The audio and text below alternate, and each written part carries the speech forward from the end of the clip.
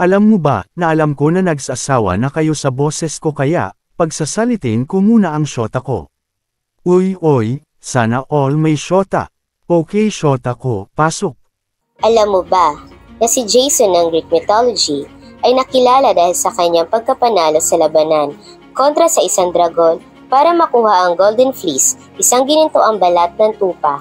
Siya din ay isang kakaiba dahil siya ay pinalaki ni Chiron na isang centaur sa kabundukan. Si Jason ay ang anak ng hari ng Iolcos, isang lungsod sa Greece. Ngunit hindi siya lumaki sa kaharian ng kanyang ama. Sa halip, siya ay napadpad sa kabundukan kung saan siya ay lumaki at nag-aral sa ilalim ng pamamahala ni Chiron, isang kilalang centaur at guro ng mga bayani. Ang dahilan kung bakit siya ay napunta sa kabundukan ay sa kadahilan ng dinala siya ni Chiron sa kabundukan para mailayo kay Pelias na siyang pumatay sa hari na ama ni Jason para makuha ang trono. Sa kabila ng kanyang hindi pangkaraniwang paglaki, si Jason ay naging isang malakas at matalinong bayani na kilala sa kanyang paghahanap sa Golden Fleece. Nang tumungtong siya sa edad na 20, dito ay naghanda na si Jason na yakapin ang kanyang pagiging maharlika. Kaya nagtungo siya sa Iolcos upang harapin si Pelias at hingin ang kanyang trono. Inalok ni Pelias si Jason ng isang hamon.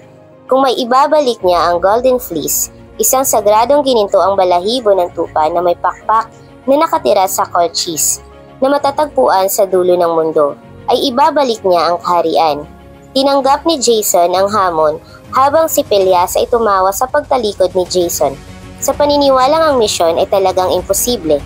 Pagkatapos ng lahat, ang balahibo ng tupa ay binabantayan ng isang dragon na hindi natutulog. Dito ay agad na kumilos si Jason. Tinipon ang lahat ng magagaling na bayani upang gumawa ng 50 oars, mga barko na tinatawag na Argo.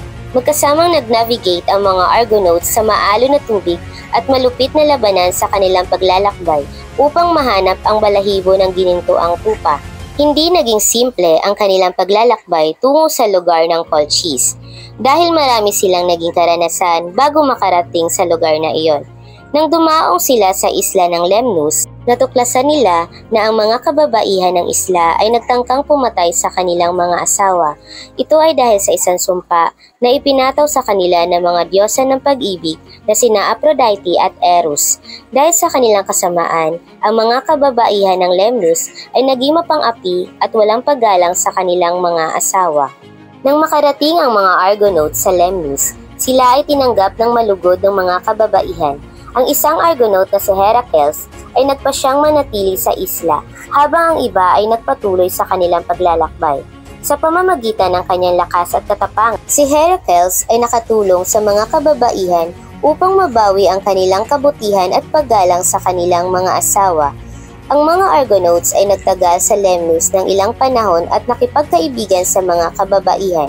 Sa huli, sila ay nagpaalam at nagpatuloy sa kanilang paglalakbay tungo sa kanilang layunin na makuha ang Golden Fleece. Matapos maglayag mula sa kanilang pangalawang hintuan sa lupain ng mga Doliones, isang bagyo ang kanilang nasagupa at tuluyang pinaikot ang kanilang barko tungo sa isang isla. Nang sumadsad ang Argo pabalik sa lupain ng mga Doliones sa kalagitnaan ng gabi, napagkamala ng mga naninirahan sa isla na mga kaaway ang mga Argonauts at agad nila itong sinalakay. At sa hindi sinasadyang pangyayari ay napatay ng mga Argonauts ang hari ng isla at nagpatuloy sa kanilang paglalakbay. Matapos nun, ang isa sa mga tauhan ng barko na si Hylas ay umalis sa barko upang kumuha ng tubig tabang mula sa kanilang ikatlong daungan sa lugar ng Mysia. Siya ay kinuha ng isang nymph. Nang malaman ng balita, si Heracles ay sumugod sa makapal na kagubatan ng isla upang hanapin ang kanyang kaibigan, ngunit hindi niya ito nagawa sa oras, kaya't ang Argo ay nagpatuloy sa paglayag nang wala sila. Sa sumunod nilang pagtahak sa paglalakbay ay napadpad sila sa lupain ng Bebryces.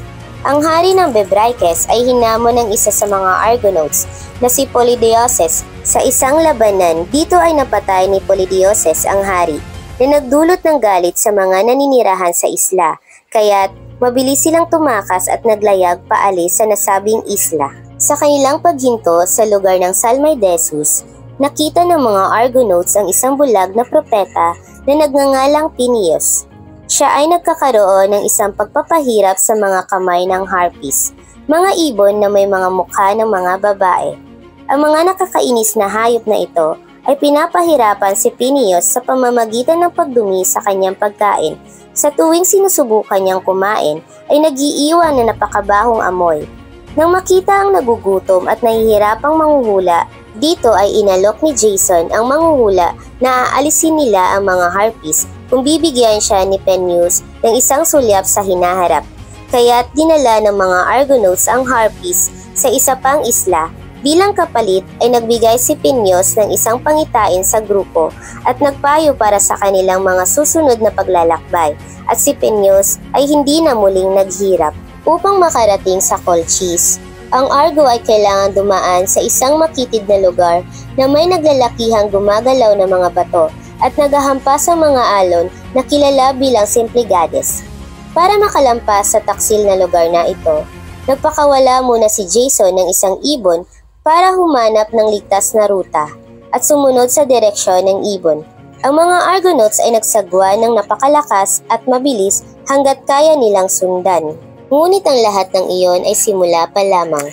Nang sa wakas ay dumating sila sa Colchis, ang hari na nag-iingat sa Golden Fleece ay nagbigay kay Jason ng isa pang hanay ng mga hamon. Kabilang dito ang pag-aararo sa bukid na may 2 toro na humihinga ng apoy, pagkakalat sa bukid ng mga ngipin ng mga dragon, pakikipaglaban sa mga mandirigma na nagpoprotekta sa mga bukid na iyon, at pagtalo sa dragon na nagbabantay sa balahibo ng tupa. Ang hari ay nagtitiwala na hindi makukumpleto ni Jason ang mga gawaing ito. Ngunit dito ay lumabas ang anak na babae ng hari na isang mangkukulam na nagngangalang Medea. Siya ay nagkagusto kay Jason at nag-alok na tutulungan niya si Jason kung papakasalan niya ito. At sa tulong na rin ni Medea ay matagumpay na natalo ng mga Argonauts at Jason ang dragon na nagbabantay sa Golden Fleece at nakuha nila ito. Bumalik si Jason kasama ang mga Argonauts at si Medea sa bayan ng Iolcos na bitbit ang Golden Fleece para bawiin ang tronong para sa kanya. Sa wakas, nakuha ni Jason ang karapatan sa trono ng kanyang ama at dinala niya si Medea upang maglingkod sa tabi niya. Habang ang mga tao ay tiyak na pinahahalagahan si Jason, samantalang si Medea ay hindi nila gusto dahil sa kanyang pangkukulam at gusto siyang paalisin. Sa kalaunan ay ipinangkanulo ni Jason si Medea sa pamamagitan ng pagpapakasal sa ibang babae. Dito ay nagalit at isinumpa ni Medea ang bagong asawa at mga anak ni Jason at namatay sila. Habang nagdadalamhati sa pagkawala ng kanyang pamilya, pumunta si Jason sa kanyang sikat na barko na kilala nating Argo. Habang naroon siya, ay tinamaan sa ulo ng isang nabulok na piraso ng barko dahil na rin sa katandaan, at dito si Jason ay namatay.